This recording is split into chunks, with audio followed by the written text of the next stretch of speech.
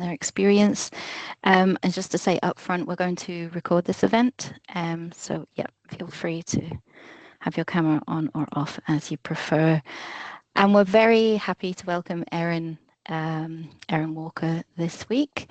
So just to introduce her, Erin is a public involvement lead at the Helix Centre, which is a sort of design and health centre at the Institute of Global Health Innovation at Imperial College London.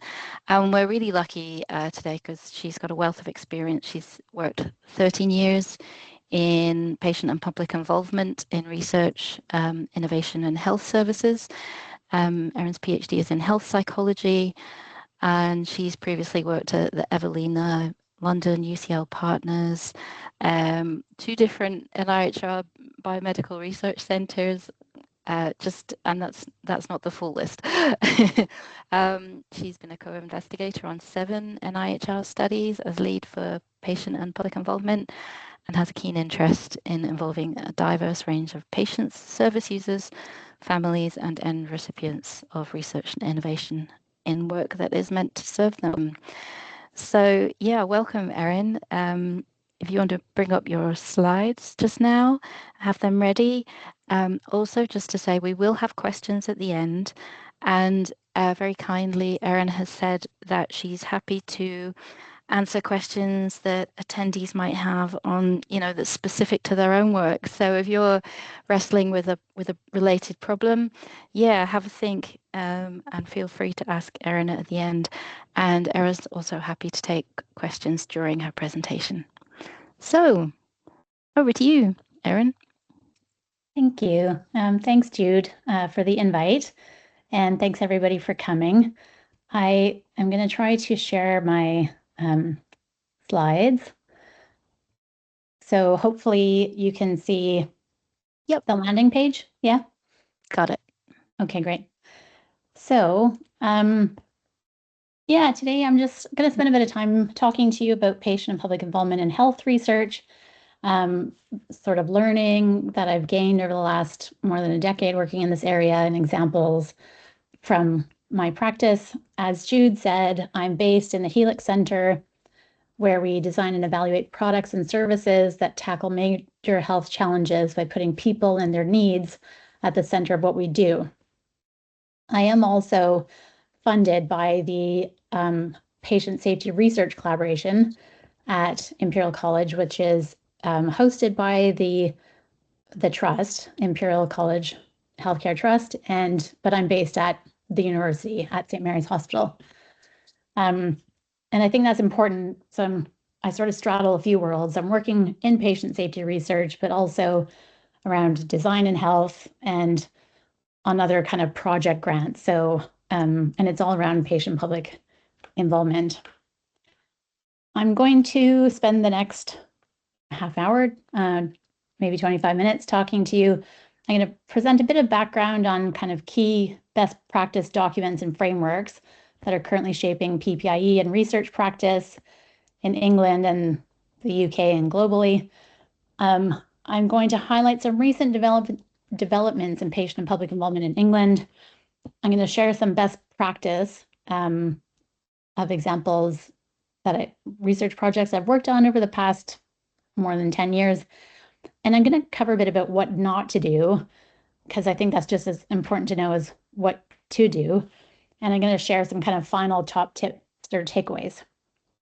And as Jude said, please do feel free to ask questions as I'm talking. I can't see as well kind of who is where. And so if somebody has a question, Jude, just please feel free to interrupt me.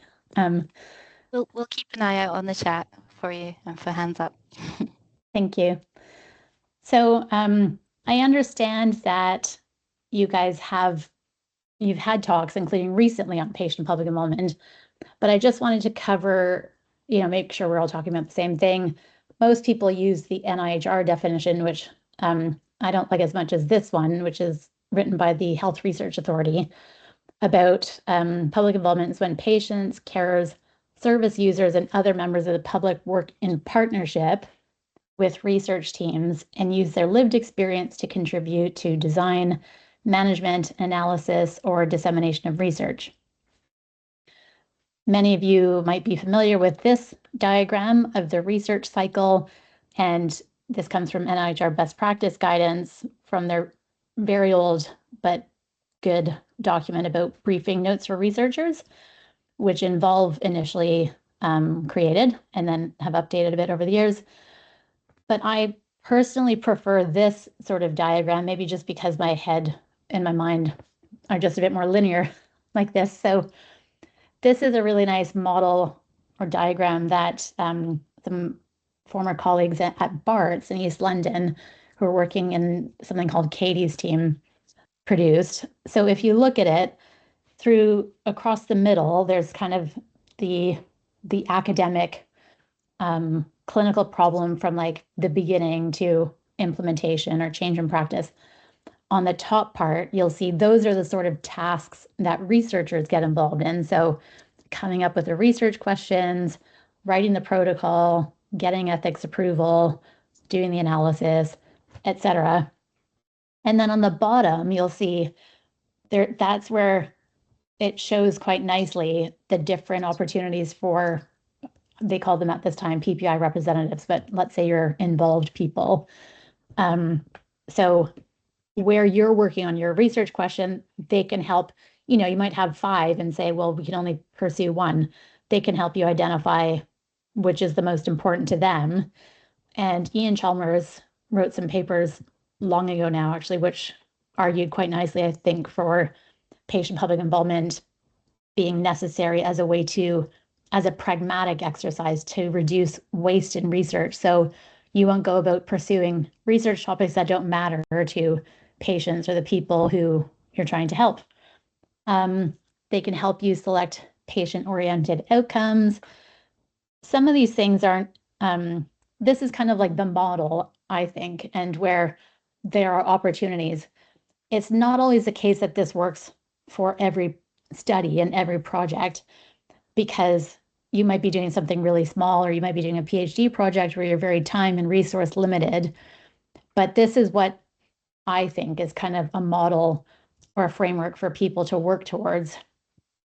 And that said, I would be remiss if I didn't acknowledge the current framework for patient public involvement, which is the UK Standards for Public Involvement in Research. And to be honest, I like these. I think they're fairly well regarded. They were devised through a really good kind of comprehensive consultative process with lots of different stakeholders from across the 4 nations of the UK. So there's buy-in from all of the nations in the UK, and I think that they're a nice tool. And again, that framework itself says, look, this is like where, like all the things you ought to consider for good public involvement, but it ought to be proportionate to the research you're doing and, what is doable in your project. Something I think fewer people are aware of are these HRA, or the Health Research Authority, best practice principles of public involvement. So they have 4 principles around best practice for involvement. The first one is involve the right people. And actually, that sounds pretty simple, but actually, this is, I think, where a lot of research and involvement work can fall down. Not because people don't, it's unclear, but it can be a bit hard to actually unpick who is eligible and who are the right people for an involvement opportunity. Their second principle is to involve enough people. So, don't just involve a couple of people. I think it's really important, especially in like current healthcare. And as we know that there are lots of people who are underserved by research and health services, it's really important to make a concerted effort to involve a diverse range of people so that you are grasping all the relevant lived experiences and, perspectives that are important for your research and relevant. So this is also within like what is practical and doable. But then that kind of leads to principle 3, which is involve those people enough. So, and I think you have to allow for people contributing in different ways. I think often you'll find, and this is something we do in my patient safety research collaboration, is we have a standalone group of members of the public who we work with kind of repeatedly. Sometimes if people can't attend meetings, I'll offer a phone call meeting or session with individual people afterwards, because, even though we try to make the meetings for times when people can attend, people have busy lives. And I think that we ought to be making efforts to involve people in ways that work for them. And then principle 4, describe how it helps. I think that one is, that one's the part that I think is kind of the weakest area in patient public involvement these days, and has historically been, where, you do your work, you involve your people. By the end of a study or project, I think lots of people lose energy, and all you need to do is, publish your manuscript about it. And it can be hard to do that part too, where you talk about the involvement and say, look, this is, and I think it can be hard to unpick also the impact of patient public involvement. But I think it is a best practice principle that you ought to consider in your PPI work. This came out a few years ago. So post the COVID-19 pandemic, the HRA, the Health Research Authority, there was a big reduction in involvement in research for, I think, understandable reasons. So they did some work to unpick this, and then, devised this shared commitment to public involvement in health and social care research. Lots of people have signed up to it. What this says is, it's a statement. It's a bit longer than this, but I've picked out the most important parts, where they say, working together, we will support the research community to carry out excellent public involvement. We will provide or share guidance, policies, systems, and incentives. We will listen to and learn from the people and communities we involve, and apply and share that learning. The apply part being sometimes where it's a bit difficult to do. Build and share the evidence of how to involve the public and the impact this has. Support improvements in equality, diversity, and inclusion in public involvement, and promote the UK standards for public involvement. We will embed this commitment into the decision-making processes of our organizations. And what's interesting is the list of people who have signed up to this. So I took a screenshot from the website, so a few of the people got missed out for clarity. But if you look at this is pretty much, all the major funders, regulators, think tanks, and associated bodies.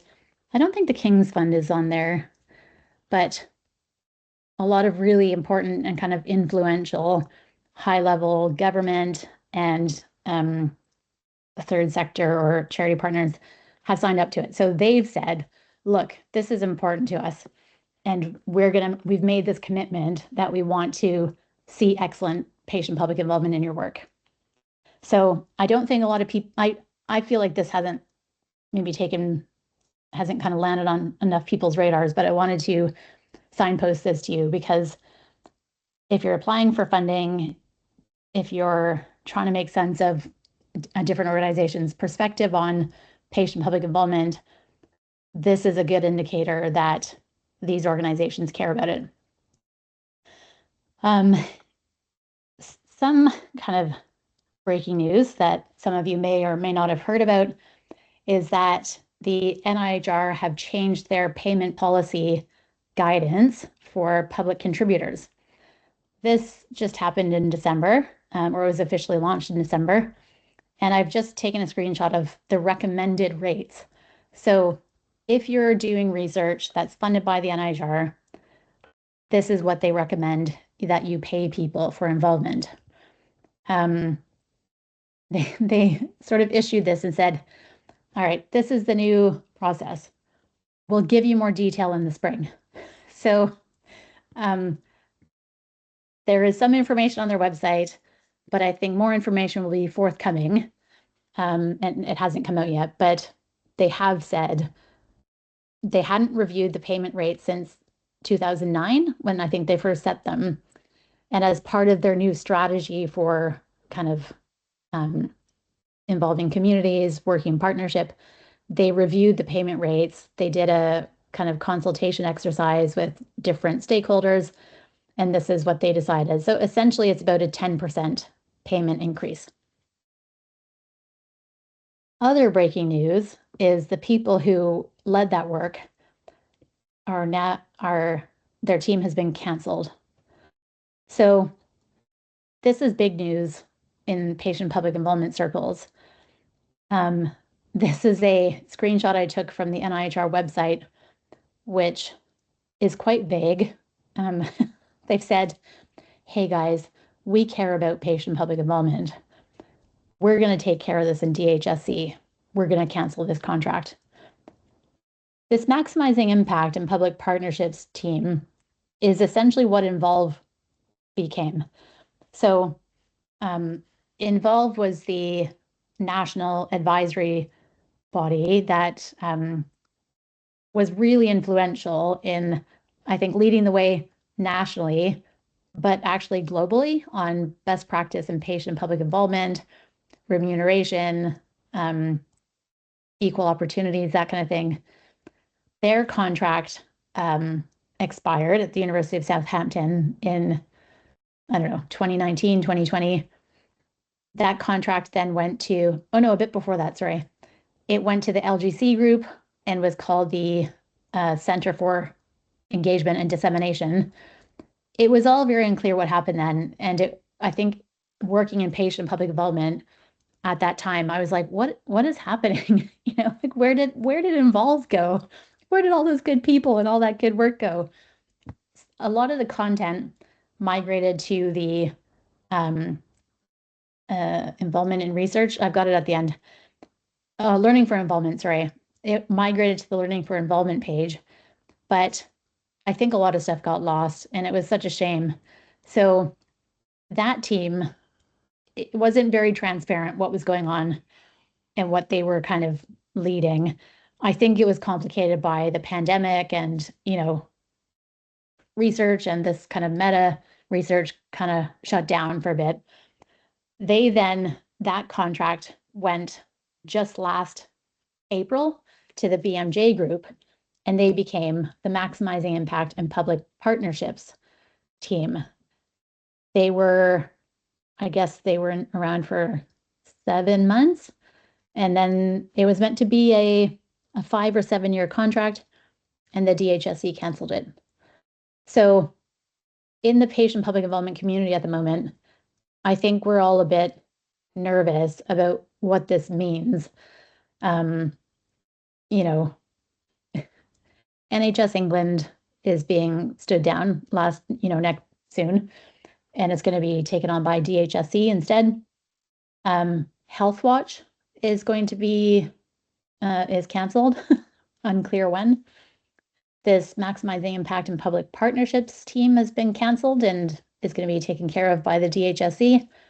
So I think working in patient public involvement at the moment and talking with others, there is some concern about what's happening. And I think we're seeking guidance and clarity that hasn't yet been provided. So hopefully that will come soon. But enough of the doom and gloom.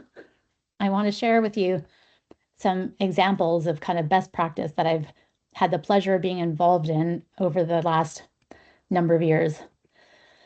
One of them was an evidence synthesis of what interventions work for children and young people with long-term physical conditions and mental health problems. This was a 15-month study funded by the NIHR, and this is when I was based at Great Ormond Street Hospital.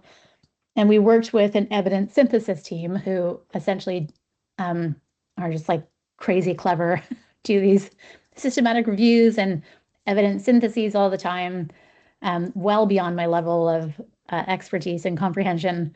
Very talented team.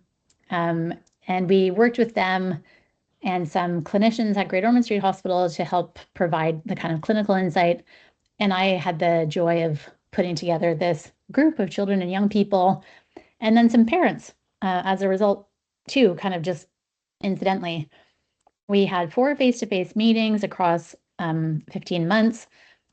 They did a bunch of things. And at that time, it was hard for me to kind of think about how you could involve children in evidence synthesis because it felt like such a cognitively and cerebrally complex topic. But, you know, shout out to my colleagues, former colleagues in Exeter. They were great, and they kind of gave the young people the opportunity to provide advice on the search terms, what sites to search.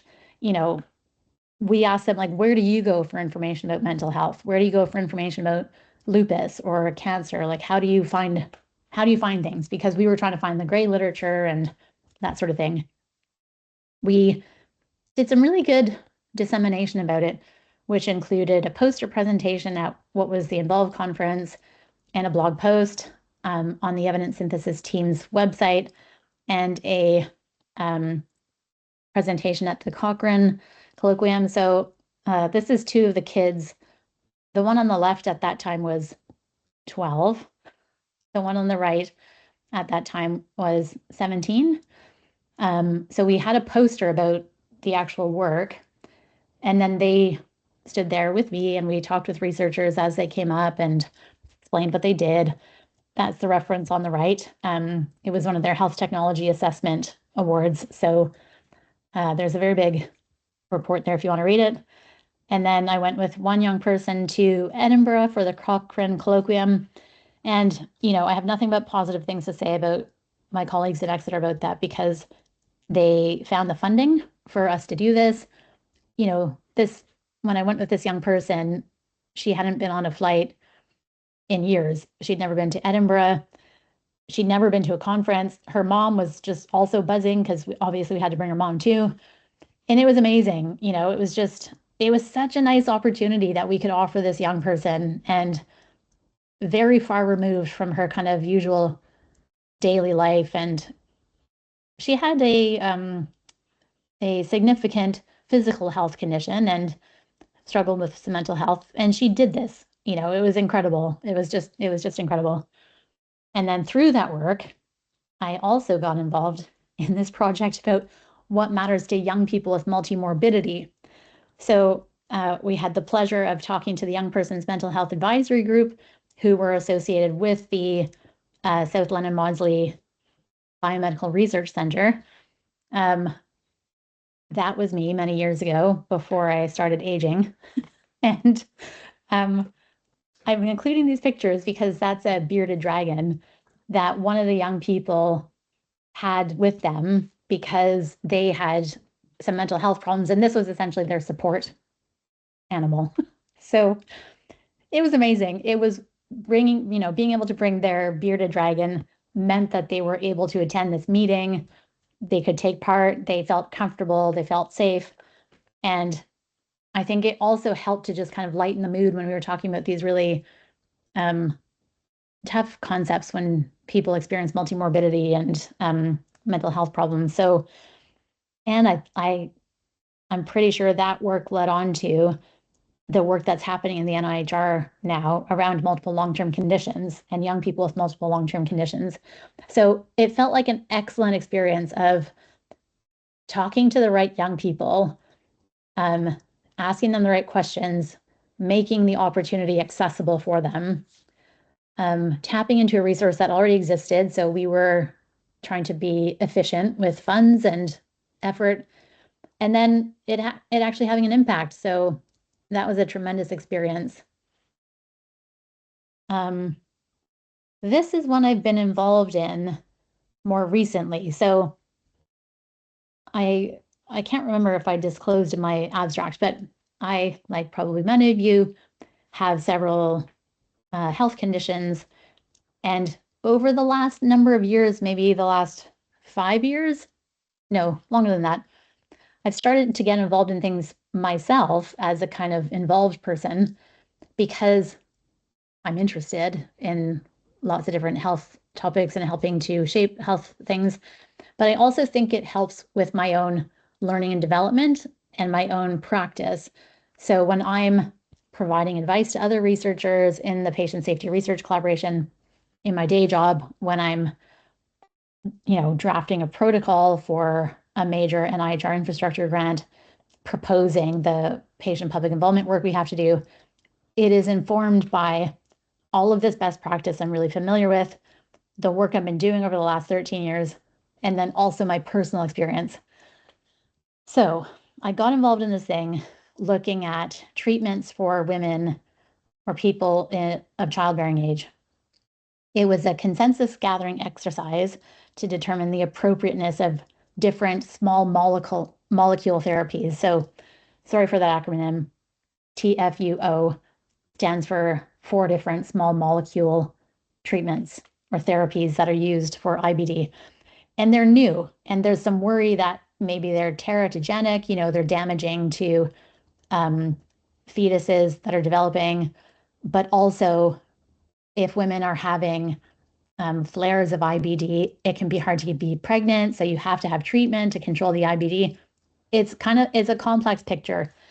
So a multidisciplinary team of learned experts and 3 lived experts.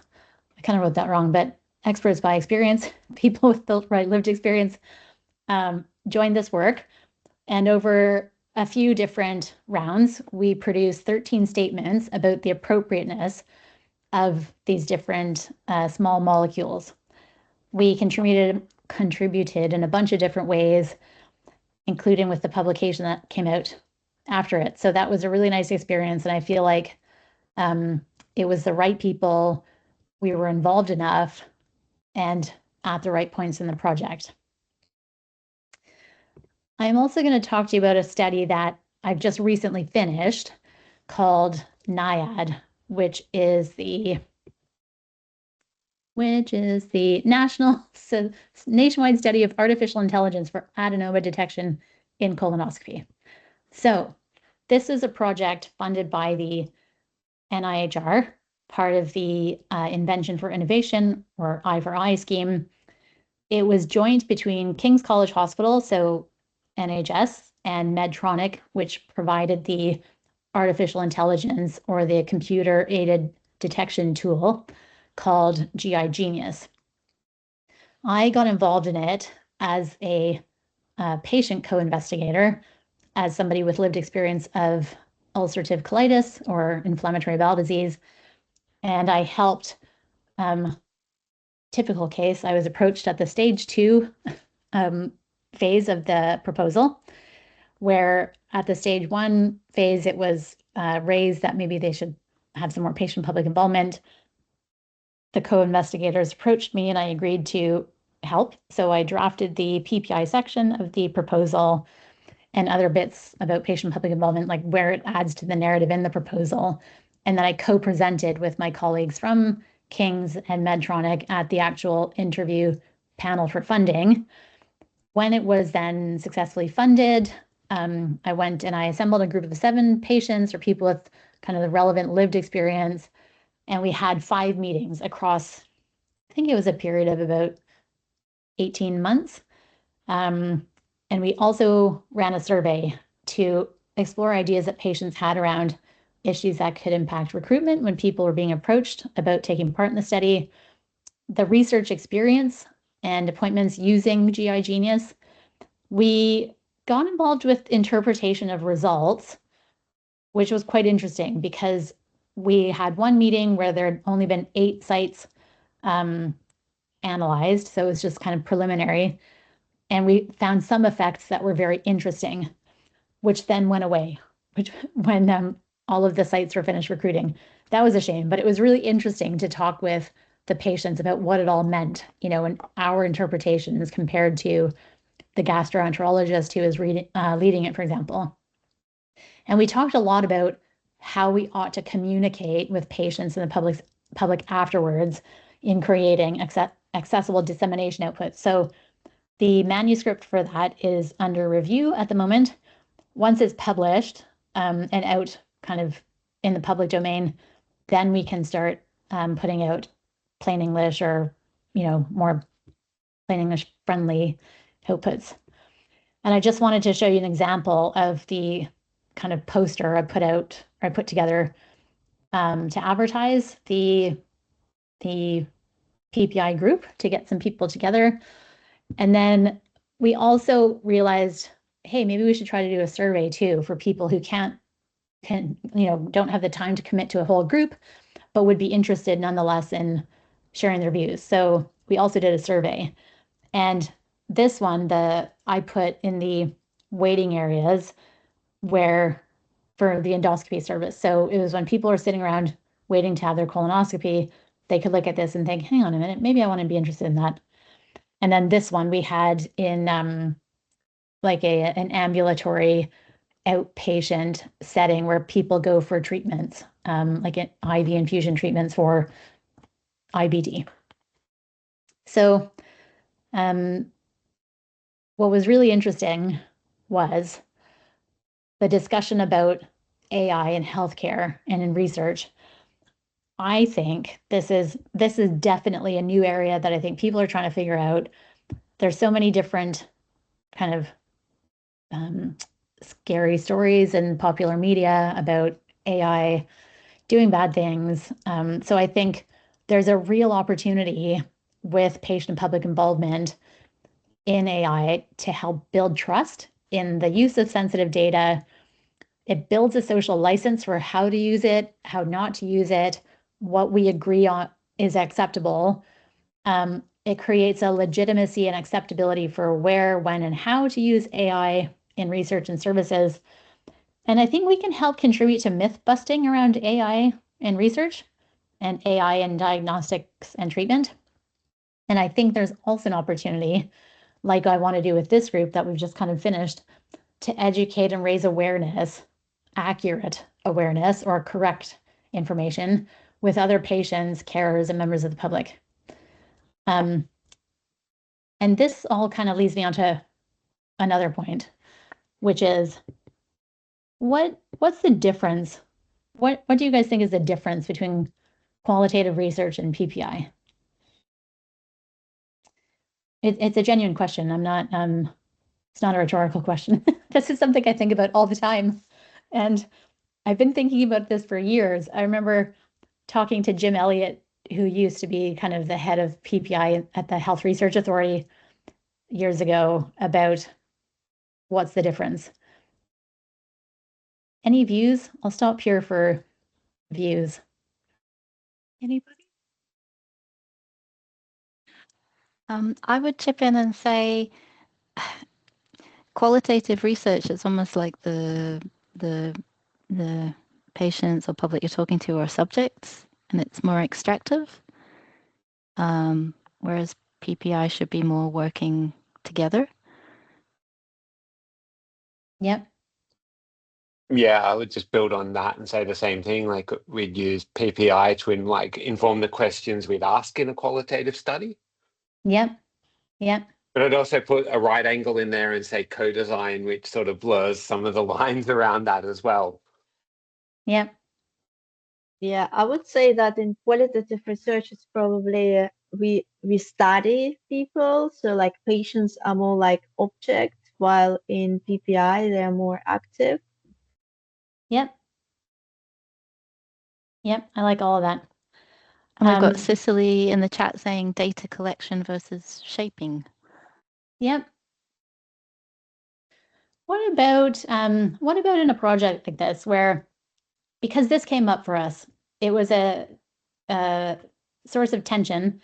I think this comes up in a number of different things where what can happen is that really what you're interested in, what you should do is kind of like psychosocial research, sociology research, health psychology research, which have robust research methods to answer questions like, what are patients' views about using AI in colonoscopy?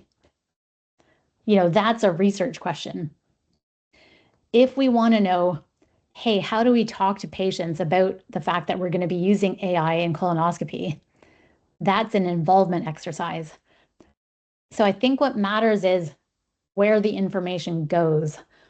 If the information is going to answer your research question, then it's research, and don't call it PPI.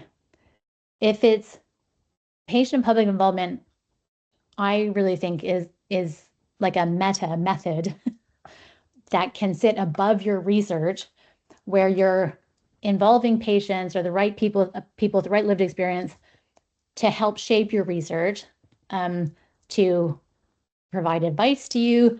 But it's not about answering what do people think about AI in healthcare. It would be, how do I talk to this patient who I'm about to recruit for this project that we're using AI during this procedure? Because that's informing the recruitment process. So I kind of come, and maybe this is just because maybe I'm just not that smart, but I come up with this a lot because I think, and this can happen, I think, with clinicians who go down one particular path of training, where people don't maybe realize necessarily that there is a whole discipline of health psychology research, or there is a whole discipline of medical sociology research, and that's research, and there are robust research methods to answer those sorts of research questions. So PPI is different, and I would just point out that sometimes they can get confused, especially because you can use methods that you use in qualitative research in PPI. So focus groups, workshops, having discussions with people. But same with a survey. You can use a survey for patient public involvement, and it's still patient public involvement. It's not research. So the final topic I want to talk about is the kind of like less good stuff happening in patient public involvement these days, which is stuff around, I sort of think of it as patient public involvement has maybe become a victim of its own success. So with all the momentum that the NIHR have gained and that Involve gained with patient and public involvement and like setting a standard and getting it out there that this is important and people ought to do it, and the HRA and NICE and all these bodies, we have developed this momentum now where people know there's like an understanding or knowledge, there's a critical mass of understanding that this is a thing people can do. But what's starting to happen is that ineligible people are coming through for patient and public involvement opportunities, which is to say, sometimes they, I think, misunderstand, like they just don't realize that, oh, this isn't what I thought it was, it's not the right. And that could be because of a communication breakdown or just lack of communication from the researcher to the potential involved person. But what's also happening is that people are misrepresenting themselves, which is not okay. And they'll say they have lived experience of a certain thing when actually they don't, for different reasons.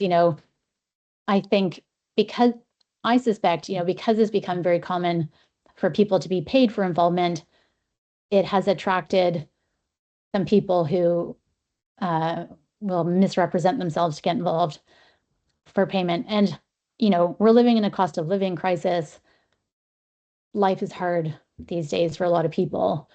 So I can understand that this happens, but we have to be aware of it. And the NIHR and Scotland and Wales together wrote this document last year. This came out last summer. I just took a clip from the title about recognizing and addressing ineligible public involvement in health and care research. I recommend you read it. It's good and it's pretty accessible. I think the way to guard against this is to have a code of conduct or a terms of reference. So be very clear about the people who you want to involve and why you want to involve them and what the lived experience is. So this goes back to like the beginning where the HRA and Involve are saying, NIHR saying, involve the right people. So make sure you have very tight eligibility criteria for who you want to involve about things. Sometimes if it's like a public health topic where lots of people can be involved, then you have to sift through and put some more effort in to figure it out and who would be right for it. But this is just an example of something some colleagues have put together. This is from the BRC, or the Biomedical Research Centre at Northwest London. So I think having a code of conduct, and then sometimes you just have to have uncomfortable one-to-one conversations. But you can also use things like a Qualtrics form or like MS form, a way to get people to contact you, because what can happen sometimes is you can have bots come through otherwise. So I worked on a study that was about, it was called, it was an I4I grant, Invention for Innovation, to develop a bioartificial liver. It was called Hepatican. It's not in use in humans yet. This was about doing the kind of preparatory work to get it eventually into use with humans. And when I was looking for patients to involve in this, I put out the opportunity in a bunch of different places, including kind of patient groups. And I think someone, one of the charities, put it on their Facebook page. But what happened was I got bots reply. And I think it's because I used my personal Gmail address. I didn't use an institutional address where I think spam filters are stronger. And I didn't use a sign-up form where, again, there would be people have to go to extra effort. And I think that's a way to avoid bots. So this is an example. I got an email. Hello, Amanda. I hope you're well. My name is Jake. And he says, it kind of sounds like he's interested, maybe eligible. Kindly provide me with the next step of participation. I was like, all right, cool. I got somebody. So I wrote back and I said, like, tell me a bit more, like, without giving me all the details. Like, can you tell me a bit about your experience? And I can share some more information. I just want to make sure. And I said, I think I've had some spam emails about this, so I'm being a bit cautious. And he wrote back, again, with really vague detail. My feedback would help in developing and achieving the objective. And what I realized is it was kind of just parroting the language I had used in my advert. So I am not savvy with IT. I don't pretend to understand how bots work, but somehow it got picked up and I got these junky emails. And then this one was really good.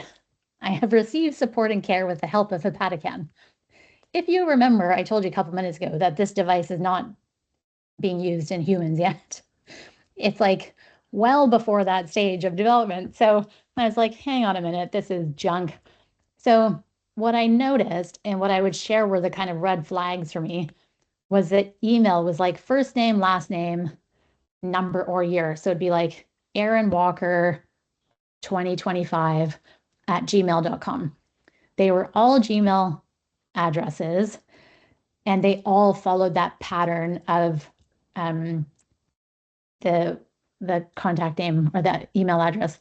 So it was, I was so disappointed because I got like 9 emails in a pretty short amount of time. I was like, oh my God, this is going to be amazing. And then it turned out like 7 of them were junk. So I wanted to share that with you because it's a thing that happens.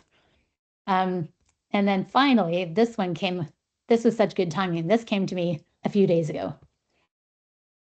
I got this email. This is my personal email account. I've just kind of blanked out some bits because I don't want to name and shame, but friendly reminder, our patient participation meeting is taking place tomorrow. This is the day before. What do you mean reminder? I never had a first email about this. So I was like, okay. And then they say it's at 7. What time does it end? Like, what if I have kids and I have to feed them? Like, somebody could like handle them for an hour, but if it's 2 hours, like I can't do that. So lack of information. And then they say your views are extremely important to us. I mean, are they really? Because you're emailing me the day before with like, I don't know, 26 hours notice. So they also said, dear patient, which, it happens, but immediately I'm like, this isn't for me. They don't care about me being involved in this. I did like that they included these like, these little like symbols. So it's not all text. It's broken up. It's like simple information, but it was just kind of a misfire. If they sent me that 2 weeks ago and were like, hey, there's this thing happening, and then sent me this, the day before, I'd be like, oh yeah, they told me, but they hadn't. And I don't think my views are important to them, or they would have told me sooner. So I think candidly, I would reflect that there's loads of best practice, and the NIHR tell us about what they want patient public involvement to look like. But I often feel like I don't have sufficient resources to deliver that. So I don't have enough funding, even though I have funding, which is great. It's like, they're like, we'll give you a bit, but we want you to do everything. And that's really hard, because I end up kind of experiencing this like work moral, not jeopardy, but like conflict, because I'm like, I want to do this well, but I can't, because I just don't have the tools and what I need to do the job well. Like I can do some, but I can't do all. And the trouble is that like I'm the middle person between the funder or the researcher and the patient and public or community members who don't understand that stuff happening behind the scenes, yet want to be involved in things anyways. And I'm the one who has to like deliver bad news or kind of be compromised in this way when it wasn't my decision in the first place to not do things well. So I struggle with that. It doesn't mean that I don't still try to do good patient public involvement and get the right people involved. But I think sometimes I feel like there is a disconnect between strategy and operations. And I think that happens all the time in our jobs. You know, our funders or the people who are guiding our work might not have the insight about the operations side and what it is to do this job, which then means that it's hard to do it. I've also found in the past that where I have taken part in things, I haven't been sufficiently supported. And which means like I spoke at a conference recently and I shared about my patient experience. And I realized after that it felt really extractive, you know, exactly that thing that we were talking about before. And I felt like I didn't feel safe or kind of supported to be like, look, you're making yourself really vulnerable. Like, how can we support you? Let's talk about it afterwards. What do you need ahead of time? How can we accommodate you? Like, how can we make this a good and safe and useful experience for all of us? So I think these problems come up not because people intend to make things difficult for us working in patient public involvement, but because we're working in imperfect systems and nobody has enough time ever. I think that's increasingly happened in our jobs. But that's why communities of practice, I think, are really helpful in networking and discussing in meetings like this where we can, you know, share our problems and talk them through together. And I would say, as is often the case, young people say it best. So I was going to prepare like my own, you know, top 10 reflections from my professional and personal experience working in patient public involvement. But this one's better because it's candid and it's young people just always have a way of saying things that gets to the nub of the issue. So like number 4, provide training and support so we can get fully involved. Don't just throw us in at the deep end, which I think happens a lot because you don't know what patients know and don't know, and you don't know what you do know. So we can get so far along in our own training and areas of expertise that when we then try to bring patient public members with us, we forget that education privilege or that training privilege that we have that they don't have necessarily, but they could maybe need in order to do the task, the involvement opportunity that you're asking them to do. So I think constant reflection about what it is you're asking people to do, whether you're giving them the right support to do it, and then learning from mistakes or areas of opportunity is really important. So I will end it there and I'll say thank you very much. That was fabulous, Erin. Just so many different things, different areas. I mean, I know you were like, oh, is that going to be okay? But actually that was just really nice because it was so many different insights and food for thought. We've got time for some questions. Is there anybody who would like to ask a question? You can either put your hand up or just unmute and ask away. I appreciate I shared a lot of things with you guys. So, I really didn't think it would be that long, but I like to talk about this stuff, clearly. Yeah, it's good. No, it was really nice. I see Katie. Hey, Katie, do you want to go ahead? Hi, thanks, Erin, so much for the presentation. It was really, really interesting. And I really loved that reflection at the end of the children and their perspectives on being included in the research. I just had a question on kind of how you approach studies when doing PPIE involvement, and you want to work with underserved communities, but you have really tight eligibility criteria. So kind of not wanting to turn people away, but also trying to keep that eligibility criteria tight so you have the right people in your study, and how you kind of balance that in underserved research areas where people don't have the opportunity to kind of be involved, and if you've come across that and any advice you have associated with that. I always recommend, if you're working with underserved groups, and especially if there's kind of trust and suspicion issues in those communities, in health in the medical establishment, I really recommend working with charity or community partners who are already working in that space and already have those trusted relationships with those individuals. And you can say to them, look, we can only have 3 people involved in this, and we need experience of X, Y, Z. And this is where I think just honesty and transparency is really important.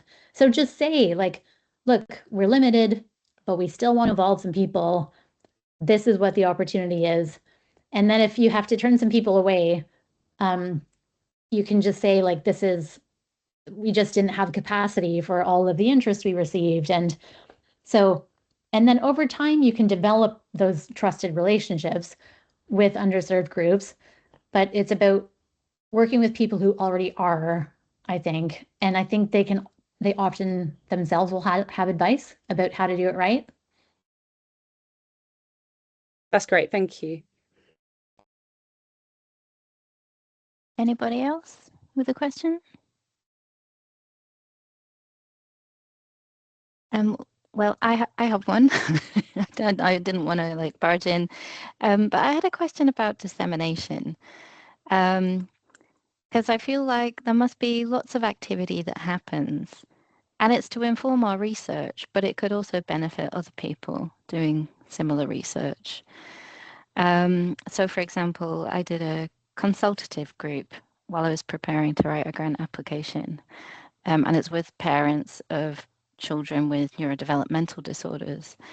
And I feel like it would be, other people would find it useful, but I don't know how to disseminate it that is a way that doesn't turn it into something that's extractive and turning the parents into, research subjects, if that makes sense. Do you have any advice on that?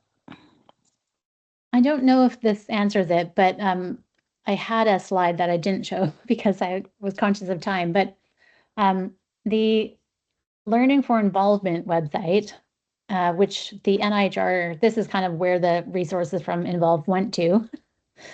I feel slightly like it's a bit where they went to die, but there, I think you can upload them there. And that's where I found this document about young people, where I showed at the end about the top tips that was published 2 years ago. Okay. So you on the homepage, you can't see it because I've put the public involvement front door in front of it, but there's a one that says upload resources. And you can upload reports there. So there's a vetting procedure that they go through. You have to kind of say, look, this is the resource, and they check it, and they might go back to you and ask questions, and then they'll put it up. So the information does go somewhere, and it can, other people can use it and access it. Okay. Yeah. Thanks, and that's great. This public involvement front door is something that my colleagues in the Patient Safety Research Collaboration put together. And there's loads of top tips, but also templates for putting out an advert for an opportunity and things like that. So I would also recommend that you have a look at that if you've got some questions. That looks like a great resource. Thanks. Diana, you've got your hand up there. Do you want to ask a question?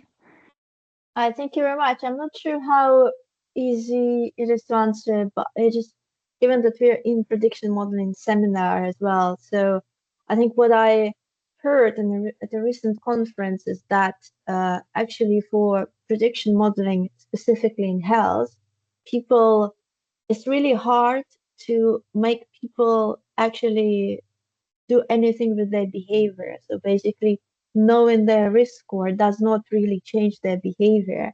And that kind of underscores the whole idea of prediction modeling, like risk score, like um, informing people about their potential risk in the future. So given your vast experience in the PPI, what do you think we can do as researchers to build maybe trust? Do you think it's more in the trust, or it's just psychology of people, so you can't do anything about this? Basically, what are your thoughts about this? That's a hard question, but I like it. I think people have a very hard time understanding risk. So I thought about this a lot, actually. And I wonder if it's that you just have to keep talking with them. You get together a group, you explain risk, you talk to them, give them examples like, your risk of dying crossing the street is much greater than your risk of dying in a plane crash. But everybody gets so nervous about air travel. And, people have a really hard time understanding risk. So I don't know that I can crack that nut, actually. But what I might suggest is just trying to get together a group and talking with them repeatedly and doing the training to upskill them so that they understand risk better. And then you can have conversations like, okay, what does that mean about this? And it's a good question because I'm involved in this guidelines development work at the moment about thresholding for different, like how much you would accept cancer with this treatment versus cancer with this other treatment. And I'm like, I don't know. I don't know. It's really hard for me to say that. So it's a good question. I don't know that I have the answer, but I really believe that it's just about discourse and conversation and trying to upskill and train people and bring them to your level, but in like plain English ways so that they understand the concepts too.